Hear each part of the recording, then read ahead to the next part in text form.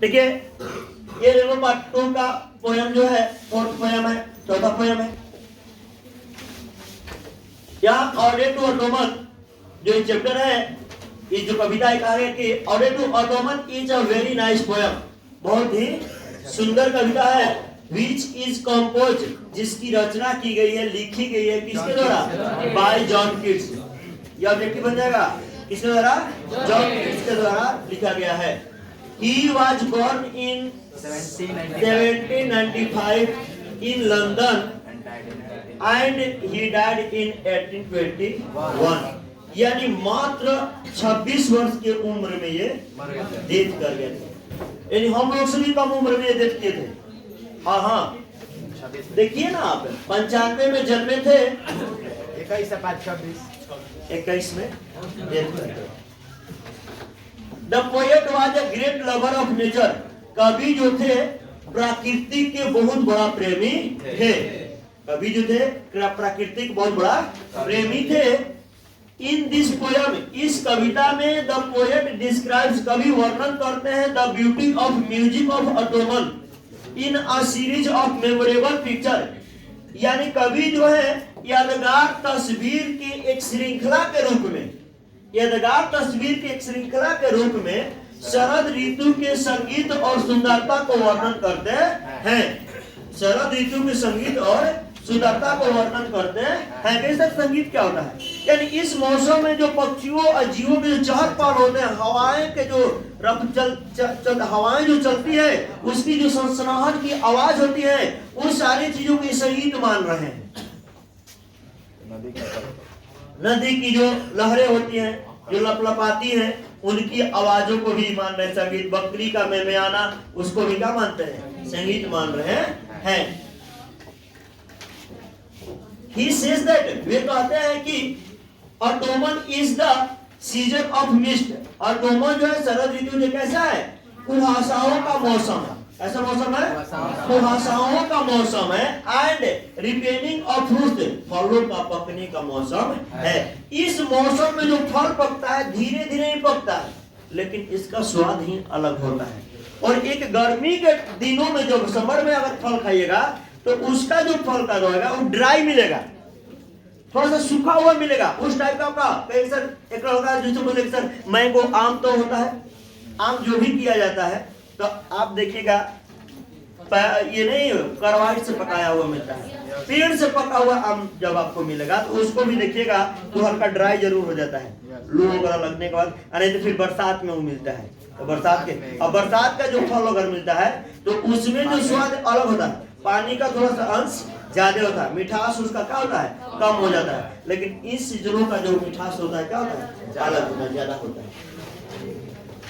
ये जो हमारा सीजन है किसानों के लेकर के और ज्यादा खुशहालियां देती है।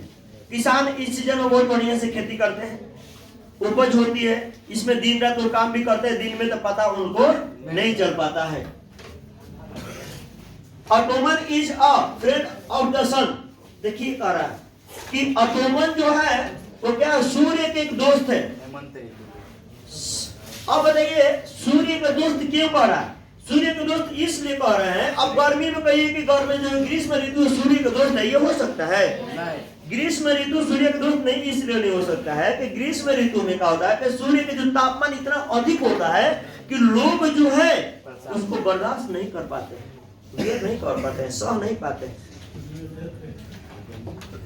There is neither heat of summer nor cold of winter।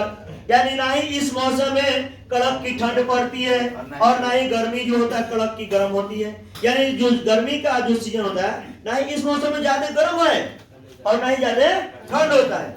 जो पतझड़ देखिए ना हेमंत ऋतु मौसम में नहीं होता है।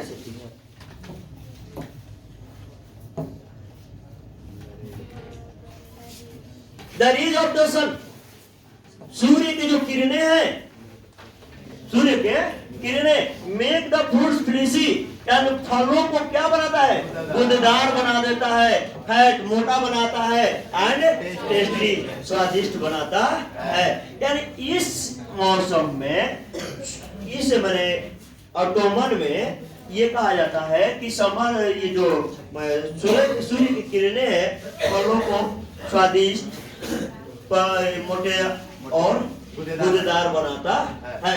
इस समय का फल अब जो सीजन आएगा थोड़ा सा और गुजारिए, ठंडा बिताइए, और जैसे शुरुआत होता है उसमें देखिएगा आप फल वगैरह चाहे अमरूद वगैरह देखिएगा, उसका अलग स्वाद मिलेगा। नेचर लुक्स ब्यूटीफुल एवरीवेयर, प्राकृतिक हर जगह सुंदर दिखती है। देखा धान कटा गई ना, गेहूं रोपा गई, सरसों हो गई, मटर हो जाएगा, उसके बाद सिवानों में घूम कर देखिए अलग एकदम दृश्य लगता है। अब क्या जाकर के दूसरी जगह तस्वीर लीजिएगा, इस मौसम में जाकर आप तस्वीर लेकर देखिए, लगे कहाँ तुम घूमने के लिए गए हो, वो थोड़ी जा लगे खेत में घूम रहा अपना, बड़का पार्क लगेगा क्या जी। व्हाइट क्लोथ्स फ्रेंडली, उस समय की जो हवाएं भी है मित्रोत बहती है, एकदम मिलनसार बहती है। कैसे बहती है? मिलनसार। एंड बर्ड्स सिंग स्वीट, अब पक्षियां भी जो है मधुर गाती हैं, पक्षियां भी। इस मौसम में हर जीव खुशहाल रहता है, हर चीज मिलता है। मधुमक्खियों को भी सबसे बढ़िया इस मौसम के लिए माना जाता है। अपने मधु को, शहद को इसी मौसम में तो लोग शहद इकट्ठा कर रखती है कि आगे तक क्या करे, जी सके, न जब न मिले तो पी करके। The people are happy in this season, इस सीजन में, इस मौसम में लोग जो है खुश रहते हैं। They can do their work easily, इस मौसम में वे लोग जो है अपने काम को क्या कर सकते हैं, आसानी से कर सकते हैं। In the last line of the poem, कविता का जो अंतिम पंक्ति रहता है, द पोएट प्रेजेंट्स, कवि वर्णन करता है, प्रस्तुत करता है, autumn as a store of music, यानी किस रूप में वर्णन कर रहा है, संगीत के भंडार के रूप में किया है। यानी कि इस मौसम को माना है कि ये जो ऑटोमन है ये क्या है, ये संगीत से भरा हुआ है, संगीत से भरा हुआ है। He says that, वे कहते हैं कि Ottoman is not without its music, सारा इस जो हेमंत ऋतु है बिना अपना संगीत के तो हो ही नहीं सकता है। इस संगीतों का मौसम है, संगीतों से भरा हुआ मौसम है। नेचर रिमेन्स काम, यानी प्राकृतिक जो है शांत एंड कूल, शीतल रहती है in this pleasant season. Everywhere, हर जगह इस मौसम में, जो मौसम, इस मौसम हर जगह ही जो प्रकृति के शांत, शीतल और मनोहर रहता है। मनोहर, सबसे मनोहर मौसम माना जाता है, सबसे यानी लाइफ में अगर सबसे अगर आपको ज्यादा बेटर होगा कि सर के मौसम में एक ऋतुओं का राजा माना जाता है हेमंत को, वही हेमंत से बसंत ऋतु को, वही ऑटोमन जो होता है उसी के आसपास का ये मौसम है। ठीक है, कौन ये हेमंत और बसंत, ठीक है। तो ये देखते हैं, ये रहा हमारा चैप्टर नंबर 4 का समरी। आगे बढ़ते हैं 5 एनापिटा।